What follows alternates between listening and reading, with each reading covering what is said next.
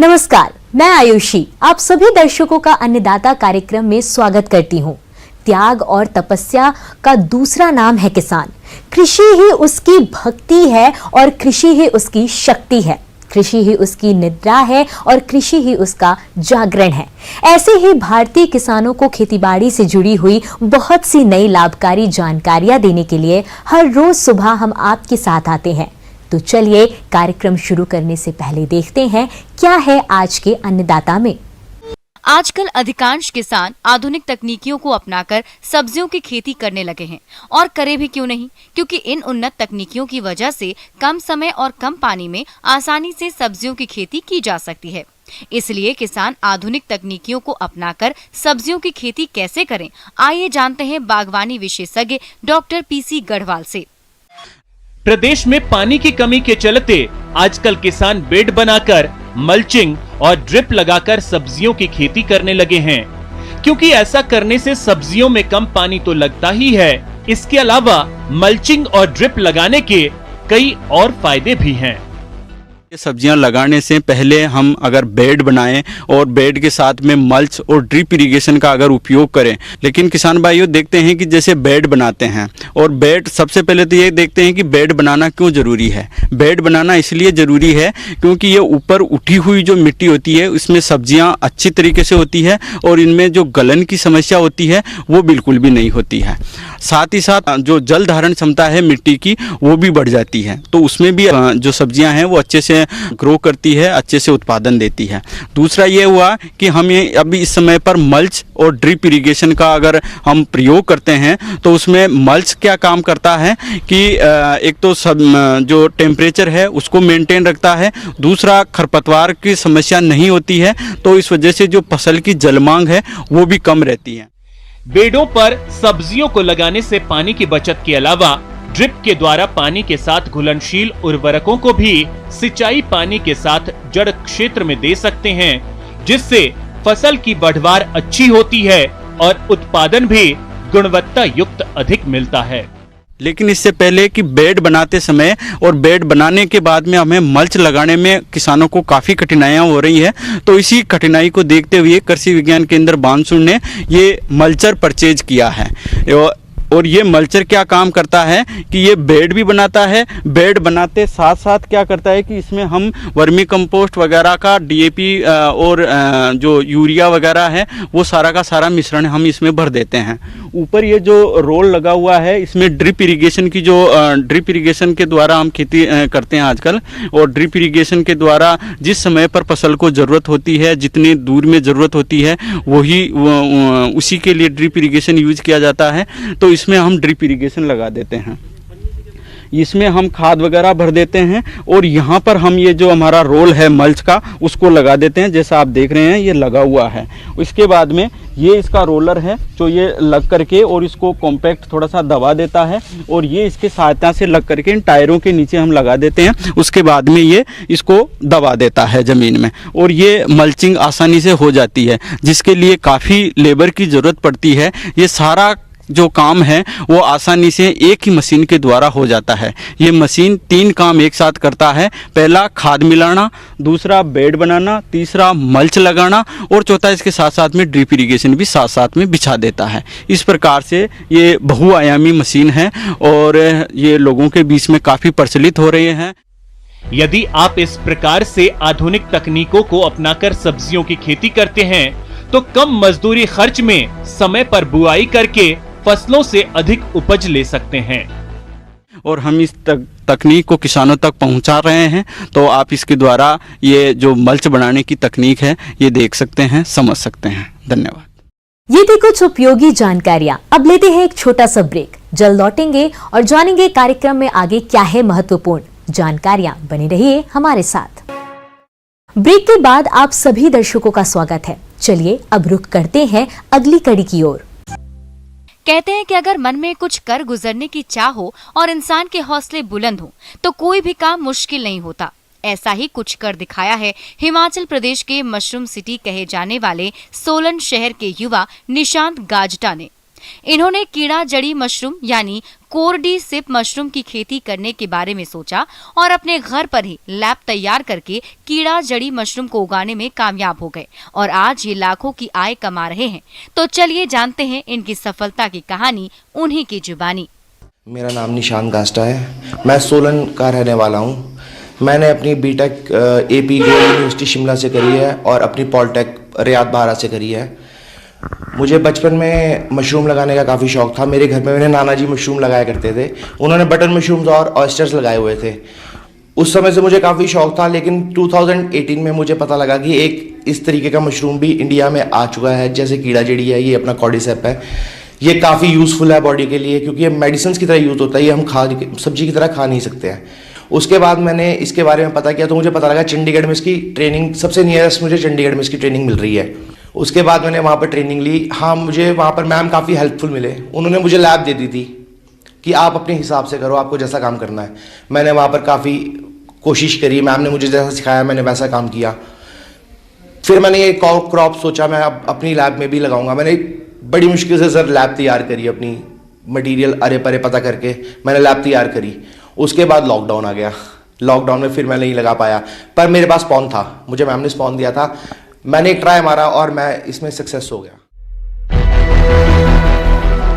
किसान भाइयों, आज के समय में मेडिसिनल मशरूम की मांग बढ़ी है और इसे उगाने वालों को अच्छा खासा मुनाफा भी मिल रहा है। इसी लाभ को देखते हुए इस युवा किसान ने IT इंजीनियरिंग की पढ़ाई के बाद नौकरी छोड़ अपना व्यवसाय औषधि मशरूम कोर्डिसिप जो लाख रुपए किलो बिकती है के उत्पादन को चुना और इसमें सफलता भी हासिल की। तो पहले जानते हैं कि वो मशरूम की कौन कौन सी प्रजातियां उगाते हैं और उसके महत्व के बारे में। इंडिया में दो तरीके की कॉर्डिसेप्स है। एक कॉर्डिसेप्स सिनेसिस जो हिमालयाज में होती है और एक कॉर्डिसेप मिलिट्रीज जो कि हमने लैब में लगा सकते हैं। वैसे कॉर्डिसेप 400 तरीके की है जो कि इस समय सिर्फ ज़्यादातर चाइना में ही है। इंडिया में सिर्फ 2 ही तरीके की है और इसको मेडिसिन में काफ़ी अच्छा, कैंसर पेशेंट्स कीमोथेरेपी के बाद जितना भी अपनी बॉडी में लॉस कर चुके हैं उसको रिकवर करने के लिए कॉर्डिसेप बहुत अच्छा ऑप्शन है। बाकी अपना डायबिटिक पेशेंट्स के लिए तो ये रामबाण इलाज है और इससे बाकी आप अपनी इम्यूनिटी को बूस्ट कर सकते हैं। आपका कोई भी ऑर्गन अच्छे से वर्क नहीं कर रहा है, वर्किंग नहीं है, तो हम उसको यूज़ कर सकते हैं। इसलिए इसकी कॉस्ट थोड़ी ज़्यादा है। कॉर्डिसेप सिनेसिस की कॉस्ट तो इससे भी ज़्यादा है, लेकिन वो हिमालयाज में मिलता है, उसको ढूंढना काफ़ी मुश्किल है। इसलिए हमने एक फार्मूला से साइंटिस्ट ने ये तैयार किया है अपना, जिससे हम लैब में वो फंगस तैयार कर सकते हैं जो कि उस कीड़े के अंदर होता है, जिससे उसकी मौत होती है। मैंने पूरा नेट पे अच्छे से सर्च करके ये पता किया कि ये इसकी मशीनरी मुझे कहाँ मिल सकती है, अच्छी से अच्छी मशीनरी। मैंने को दिल्ली में पता लगा तो मैंने दिल्ली से इसकी मशीनरी मंगाई। उसके बाद अपनी लैब सेटअप करी, उसमें काम करना शुरू किया। इसको मैं ब्राउन राइस में स्टार्ट किया था, लेकिन अब मैं इसको व्हीट पे भी लगा रहा हूँ। वैसे ये ब्राउन राइस में लगता है, अब मैंने इसको व्हीट में भी लगाया हुआ है। इसको मैंने वेज मेथड से भी लगाया है, नॉन वेज मेथड से भी लगाया है। वेज मेथड में मैंने मेडिसिन यूज़ करी है। B12 की जगह मैंने न्यूरोबाइन यूज़ किया है और मैंने नॉन वेज मेथड में एग्स यूज़ किए हैं। यूं तो mushroom city of India Solan में कई तरह की मशरूम उगाई जाती हैं, लेकिन कोर्डिसिप का उत्पादन कर निशांत मशरूम बॉय के नाम से मशहूर हो चुके हैं। निशांत ने बताया कि उनके माता पिता ने बहुत साथ दिया, जिसमें कोर्डिसिप की सफलतापूर्वक खेती की गई। तो ये सफलता कैसे मिली और इनके मशरूम उगाने की तकनीक क्या है, जानते हैं खुद इन्हीं से। इस प्रोसेस का जो मेन है वो मशीनरी है, ऑटोक्लेव और लैमिनार। हमें वो यूज़ करना है क्योंकि हमें एक आर्टिफिशियल एटमॉस्फेयर क्रिएट करना है। हमें डब्बे के अंदर राइस डालकर इसमें स्पॉन डालना है और जो प्रोसेस 60 डेज़ की है वो हमें पूरी फॉलो करनी है। लेकिन हमें जो एटमॉस्फेयर है वो वैसा क्रिएट करना पड़ेगा जैसा ग्लेशियर में होता है। 21 डिग्री टेम्परेचर, उससे नीचे होना चाहिए, ऊपर नहीं होना चाहिए, और आपकी ह्यूमिडिटी 75 तक होनी चाहिए। हमें ये आर्टिफिशियली तैयार करना है और इस प्रोसेस में वही मशीनरी यूज़ होंगी जो कि आर्टिफिशियली ऐसा माहौल क्रिएट करे। जैसे ह्यूमिडिफायर हो गया, आपका लैमिनार हो गया, AC हो गया। AC से हमें 21 डिग्री टेम्परेचर रखना है। टेम्परेचर बढ़ना नहीं चाहिए, टेम्परेचर 21 ही रहना चाहिए, इससे ऊपर नहीं। हमें टिश्यू कल्चर बनाने के बाद जब स्पॉन बनाएंगे तो हमें सबस्ट्रेट, राइस सबस्ट्रेट लेंगे हम ब्राउन राइस में, हम इसमें स्पॉन डालेंगे। उसके बाद इसको 10 डेज तक हम डार्क में रखेंगे। 10 डेज में डार्क में रखने के बाद इस पर माइसीलियम आ जाएगा, आपके सारे डब्बे वाइट हो जाएंगे। जब वो डब्बे सारे वाइट हो जाएं उसके बाद उसे डायरेक्ट लाइट में एक्सपोज करने पे वो येलो कलर का होना स्टार्ट कर देंगे। जब वो येलो कलर के स्टार्ट हो गए हैं, आपकी कंटेमिनेशन क्रॉप में नहीं है, तो 5 डेज के बाद आपके इसमें पिन हेड्स आने स्टार्ट होंगे, जो कि बाद में क्रॉप बनेंगे। वो धीरे धीरे बड़े होते रहेंगे। आफ्टर 60 डेज जो आपका सबस्ट्रेट होगा, राइस सबस्ट्रेट होगा, वो खुद ही आपके डब्बे को छोड़ देगा, मतलब वो खुद बाहर निकल जाएगा क्रॉप के साथ। उस समय आपकी क्रॉप हार्वेस्ट होने को तैयार है। अब मेरी क्रॉप तैयार हो चुकी है। मैंने इसे प्लास्टिक बॉक्स में लगाया था। वैसे मैं इसे कांच के ग्लास बॉक्स में भी लगा सकता था, लेकिन उसको हैंडल करने में प्रॉब्लम होती, इसलिए मैंने इसको प्लास्टिक बॉक्स में लगाया था और अब मेरी क्रॉप रेडी हो चुकी है। इंटरनेशनल मार्केट में वैसे इसकी कॉस्ट अगर जो हम नेट पे देखेंगे तो 1,70,000, 1 लाख, 1.5 लाख, कुछ लोग 3.5 लाख तक भी इसे दे रहे हैं। लेकिन नॉर्मली ये मतलब अपना 50 से 1,50,000 तक जाएगा, इससे ऊपर नहीं जाता। वो भी इसकी कॉडी शिपिंग वैल्यू पे डिपेंड करता है, जो कि लैब में टेस्ट होती है। उसके बाद इसकी डिसाइड होती है कि इसकी कॉस्ट कितनी है। इंडिया में इसकी मार्केट अभी थोड़ी कमज़ोर है, धीरे धीरे इसकी मार्केट बनेगी। इस समय इंडिया में इसके काफ़ी ग्रोअर्स बैठे हैं जो इसको उगा रहे हैं। ये मेडिसिन में यूज़ हो रहा है। इन्वेस्टमेंट के लिए इसमें सिर्फ स्टार्टिंग में मशीनरी की इन्वेस्टमेंट है और बाकी जो आप स्पॉन लेंगे उसकी इन्वेस्टमेंट है। स्पॉन एक बार आने के बाद मैं अपनी लैब में फ्रूटनिंग बॉडी से खुद स्पॉन को रेडी कर सकता हूँ, इसको आगे सेल भी कर सकता हूँ, किसी को ज़रूरत है मैं उसको दे भी सकता हूँ। जब मेरे पास स्पॉन रेडी हो जाएगा उसके बाद मैं अपनी लैब में उसको यूज़ कर सकता हूँ। मुझे एक बार सिर्फ स्पॉन पे पैसा खर्चना है, उसके बाद मैं अपने स्पॉन को रन करूंगा। मैंने अपने स्पॉन काफ़ी तैयार किए हुए हैं, मैं उसको अपनी लैब में खुद अपने स्पॉन यूज़ कर रहा हूँ। मैं एक टेस्ट ट्यूब मुझे मैम ने दी थी जहाँ पर मैंने ट्रेनिंग ली थी, उसके बाद मैंने उसे आगे मल्टीप्लाई किया और अब मैं यूज़ कर रहा हूँ। मैं आगे दे भी सकता हूँ अगर किसी को नीड हो तो। ऑन एन एवरेज मेरी लैब 18 किलो की है। अगर मैं हर महीने सिर्फ 2 किलो भी अपनी लैब में मशरूम निकालता हूँ और ये 60,000 रुपये की निकलता है, तो मैं 1,20,000 रुपये आराम से अर्न कर सकता हूँ, जो कि मेरे लिए प्रॉफिट ही है। ये मेरे लिए प्रॉफिट ही है। अगर मैं इसको 1,20,000 में भी करूँ, मैं साल में आराम से 6-7 लाख रुपए का इसमें बिजनेस कर सकता हूँ, 2-2 किलो क्रॉप निकालने पर भी। आगे और भी है कुछ रोचक जानकारियां, पर यहाँ पर रुकेंगे एक और ब्रेक के लिए। जल्द हाजिर होते हैं। ब्रेक के बाद एक बार फिर से आप सभी दर्शकों का अन्नदाता कार्यक्रम में स्वागत है। बढ़ते हैं अगली प्रस्तुति की ओर। प्रदेश के जो किसान मछली पालन से जुड़े हैं वो अभी अपने पुराने तालाबों को दुरुस्त कर फिर से उपयोगी बना सकते हैं, क्योंकि समय के साथ साथ तालाबों में वर्षा जल के साथ साथ मिट्टी बहकर इकट्ठा होती रहती है, जिससे तालाब की जल धारण क्षमता कम हो जाती है। साथ ही मछलियों का आहार भी ठीक से नहीं बनता। ऐसे में पुराने तालाबों का जीर्णोद्धार कर तालाबों को फिर से उपयोगी बनाया जा सकता है। तो चलिए इस बारे में जानते हैं प्रगतिशील मत्स्य पालक नीरज चौधरी से। मैं किसानों को ये बोलना चाहूँगा, जिस भी भाई ने मछली पालन कर रखा है और उसका तालाब अगर 4 से 5 साल हो गए उसने सुखाया नहीं है, तो मैं उनको आग्रह करूँगा भी हर 3 साल बाद आप तालाब को सुखा करके उसकी जो 6 इंच मिट्टी है आप उसको बाहर निकालें। क्योंकि अगर आप 6 इंच मिट्टी तालाब की बाहर निकालेंगे तो उस मिट्टी बाहर निकालने से जो आपकी तालाब की ग्रोथ है वो बहुत बेहतरीन हो जाएगी। क्योंकि 3 साल तक जब हम उस मछली उसी एक ही पानी के अंदर कर रहे हैं तो उसकी ज़मीन को ना तो धूप लग पा रही है, उसकी ज़मीन पर जितनी भी मछली का जो मल है वो इकट्ठा होता जा रहा है, जिसकी वजह से जो टॉक्सिक गैसेज हैं, अमोनिया हो गया, मीथेन गैस हो गया, नाइट्रेट हो गया, नाइट्राइट हो गया, जिन गैसेज से मछलियों को प्रॉब्लम होती है वो सभी गैस बननी शुरू हो जाती हैं, जिसकी वजह से मछलियां मरनी शुरू हो जाती हैं। दूसरा जो है पानी भारी हो जाता है, भारी होने की वजह से मछलियाँ जो हैं स्ट्रेस में रहती हैं और अच्छे से ग्रोथ नहीं कर पाती। तो इस समय गेहूँ की जो फसल है वो सब जगह कट चुकी है। आसपास के आपके तालाब के आसपास के जो खेत हैं वो सभी खाली रहते हैं। किसान भाइयों को भी खेतों में पानी देने के लिए चाहिए होता है, तो आप अपने आसपास में खेत जितने भी खाली हैं उनके अंदर अपना तालाब का पानी निकाल दें। निकालने के बाद उसको लगभग 15 से 20 दिन तक सुखाएं। सुखाने के बाद उसको जेसीबी मशीन के साथ अच्छे से खुदाई करवाएं। तालाब का जो निर्माण है, जो आपने रेनोवेट करना है, उसको इस तरीके से करना है भी जो उसकी जो साइडें हैं वो आप टेपर के अंदर बनाएं, ताकि जो उसके अंदर हवा का जो आवगण है वो बहुत अच्छे तरीके से, वो ऑक्सीजन अच्छे से मिक्स हो। आप देख सकते हैं यहाँ पीछे जेसीबी मशीन जो चल रही है ये तालाब का निर्माण कर रही है और ये लगभग 4-5 दिन हो गए से चलते हुए 6 एकड़ का तालाब है। इसमें 3-4 दिन और चलेगी और ये अच्छे से इसको पूरा लेवल कर देगी। लेवल करने के बाद जब आप मशीन से पूरा काम करा लेंगे फिर आपको इसके अंदर सैनिटाइज करने के लिए सबसे पहले 1 एकड़ के हिसाब से 200 kg चूने का प्रयोग करना है। आप ज़मीन के ऊपर चूना जो है सूखा फैला दें। सूखा चूना डालने के बाद आपको इसके अंदर सरसों की खली जो है वो आपको 200 kg प्रति हेक्टेयर जो है सरसों खली इसके अंदर डालनी होगी शुरू के अंदर।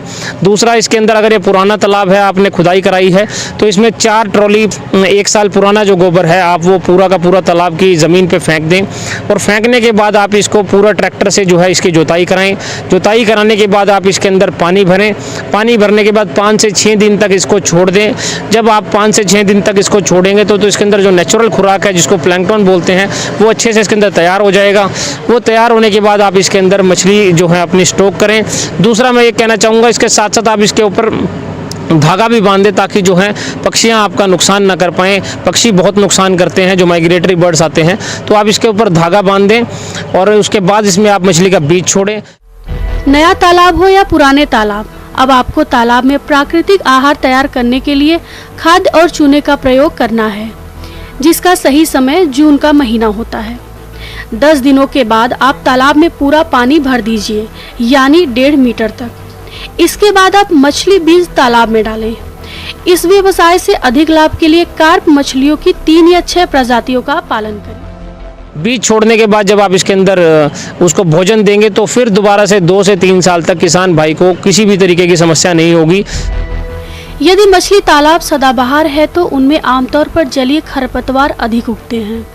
तालाब में खरपतवारों का अत्यधिक जमाव मत्स्य पालन के लिए काफी नुकसानदायक होता है, क्योंकि ये खरपतवार पोषक तत्वों का उपभोग करते हैं, जिससे तालाबों में मछली की बढ़वार कम होने लगती है। इसके अलावा ये खरपतवार जंगली मछलियों को आश्रय देते हैं। साथ ही खरपतवार मत्स्य बीज पालन में अवरोध और सूर्य की किरणों को निचली सतह तक पहुंचने में बाधा उत्पन्न करते हैं। इसलिए तालाब की मरम्मत के साथ साथ उसके जलीय खरपतवार की सफाई भी गर्मी के मौसम में ही कर लेना चाहिए। खरपतवार का नियंत्रण के लिए बाजार में कई खरपतवार नाशक रसायन मिलते हैं, परंतु खरपतवारों को मजदूरों की सहायता से साफ कराया जाना सबसे उत्तम तरीका है। दूसरा, मैं एक चीज़ और कहना चाहूँगा, इसके अंदर एरिएटर जरूर लगाएं ताकि रात के समय में 12 बजे से लेकर सुबह 6 बजे तक जब हमारा ऑक्सीजन लेवल जो है कम होता है, क्योंकि उस समय के अंदर पानी के अंदर भी जो पौधे होते हैं वो भी ऑक्सीजन लेते हैं, मछलियाँ भी ऑक्सीजन लेती हैं, और जो बाहर के हमारे पौधे होते हैं वो भी हमारे पानी से ऑक्सीजन जो है खींच लेते हैं। तो उस समय जो है कार्बन डाइऑक्साइड की जो मात्रा है वो ज़्यादा हो जाती है, और फोटोसिंथेसिस ना होने की वजह से जो ऑक्सीजन के अंदर मछलियाँ हैं कई बार उन्हें सांस लेने में दिक्कत होती है। तो उस समय अगर आप 12 बजे से लेकर सुबह 6 बजे तक के बीच में आप एरिएटर जो इस्तेमाल करेंगे तो कभी भी किसान भाई का जो है नुकसान नहीं होगा। मैं किसान भाइयों को यही सलाह दूंगा भी आप ज़्यादा से ज़्यादा संख्या के अंदर मछली पालन को अपनाएं, और ये एक बहुत बेहतरीन व्यवसाय है। अन्नदाता हेल्पलाइन निशुल्क फोन संपर्क सेवा के माध्यम से आपकी द्वारा पूछी गई समस्याओं में से 1 या 2 महत्वपूर्ण समस्याओं को हम अपने कार्यक्रम में शामिल करते हैं। इसी के तहत आज की चयनित समस्या और उसका जवाब इस प्रकार है। आज की अन्नदाता हेल्पलाइन में हमने जिस प्रश्न को शामिल किया है उसे पूछा है जिला धौलपुर के अमोल यादव ने। आपने दुधारू पशुओं में लंगड़ी बुखार से बचाव के उपायों के बारे में जानकारी चाहिए है, तो इसके लिए देखिए कार्यक्रम का यह अंश। डेयरी पालन एक फायदेमंद व्यवसाय है। यह व्यवसाय न केवल भारत में दूध आपूर्ति करता है, बल्कि इसमें रोजगार की भी काफी संभावनाएं हैं। लेकिन अक्सर पशुओं का सही तरीके से प्रबंधन न करने के कारण यह व्यवसाय घाटे में चला जाता है, जिसका प्रमुख कारण है पशुओं में लगने वाले रोग। और इन्हीं रोगों में आज हम बात करने जा रहे हैं ब्लैक क्वार्टर रोग की, जिसे अलग अलग क्षेत्रों में लंगड़ी, सुजका, जहरवाद आदि नामों से जाना जाता है।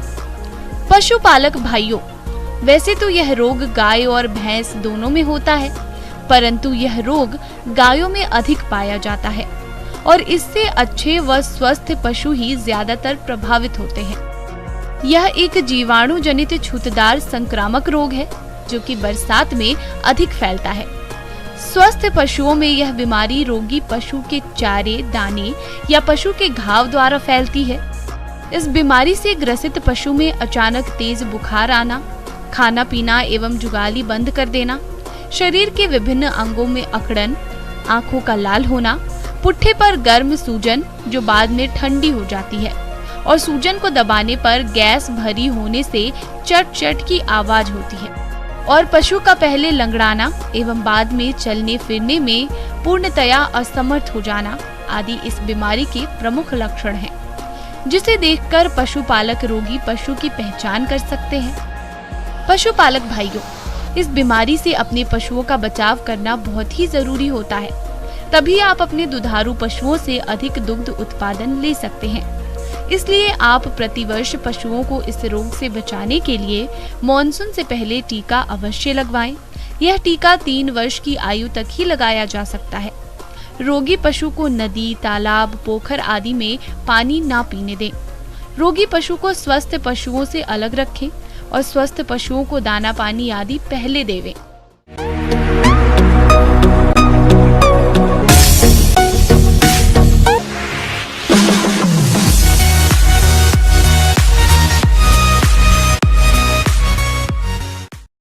राज्य की विभिन्न मंडियों में कृषि उत्पादों के चढ़ते उतरते बाजार भाव की संक्षिप्त जानकारी इस प्रकार है।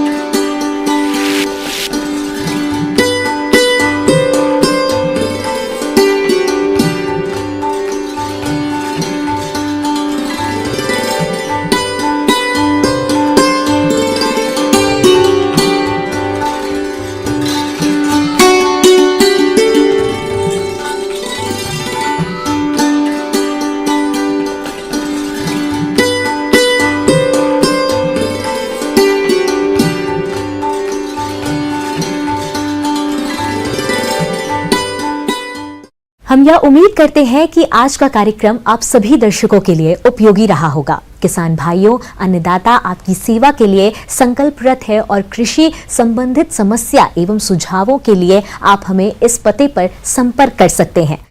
प्रोड्यूसर अन्नदाता, news 18 Rajasthan, Ramoji film city, Hyderabad 501512। साथ ही आप हमें ईमेल भी कर सकते हैं। हमारा ईमेल है p18annadatarajaasthan@nw18.com। इसके अतिरिक्त आप हमें निशुल्क हेल्पलाइन नंबर 180088926163 पर सोमवार से शनिवार सुबह 10 से शाम 4 बजे के बीच संपर्क कर सकते हैं। फिलहाल अन्नदाता की पूरी टीम को इजाजत दीजिए। कल फिर इसी समय आपसे मुलाकात होगी कृषि संबंधित कुछ और महत्वपूर्ण जानकारियों के साथ। नमस्कार।